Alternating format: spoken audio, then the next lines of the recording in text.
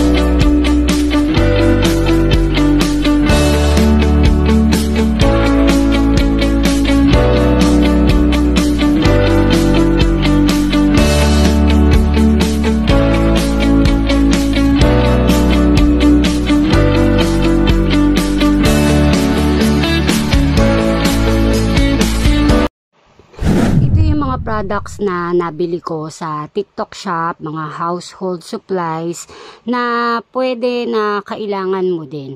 So ito yung 95 cm ang length na flexible bottom ceiling strip siya. Nilalagay siya sa mga main door. And dust proof siya. Ang color na available is gray, merong brown, may black. Yung ibang shop meron silang parang old rose ang kulay. So pwede din siyang gamitin para yung halimbawa merong mga insekto or ipis na hindi makapasok or langgam doon sa ating pintuan. So para maprotektahan, mablock sila. Kasi minsan 'di ba yung mga pintuan natin sa main door may konting siyang awang sa ilalim. At nagkokos din sometimes yun ng may times kasi na minsan yung pintuan natin kapag malamig yung panahon, parang kung mapapansin nyo sumisikip siya sa pagbukas. May time naman na maluwag siya pag binubuksan para hindi rin ma-scratch yung inyong flooring kung naka-tiles man yan or kung naka-vinyl. So protection din yung door ceiling strip. So mura lang to sa mga TikTok shop. Very affordable at wala pa siyang actually na 100 pesos. So swak na swak sa budget. At ito naman yung faucet na drain pad. Made from siya, splash proof silicone. Flexible din siya, foldable and removes moisture.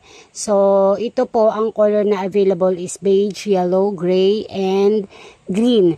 Kung mapapansin nyo, halimbawa meron kayong mga katulad ng ganitong lababo, yung dati kasi na nakalagay dito na faucet is yung two-way. So nasira na siya at nahirapan na kaming bumili ng ganitong klase na gripo. Parang na-phase out na siya. So tinakpan lang namin siya using this faucet na drain pad. So ang mura lang niya, ang price niya is 100 plus something.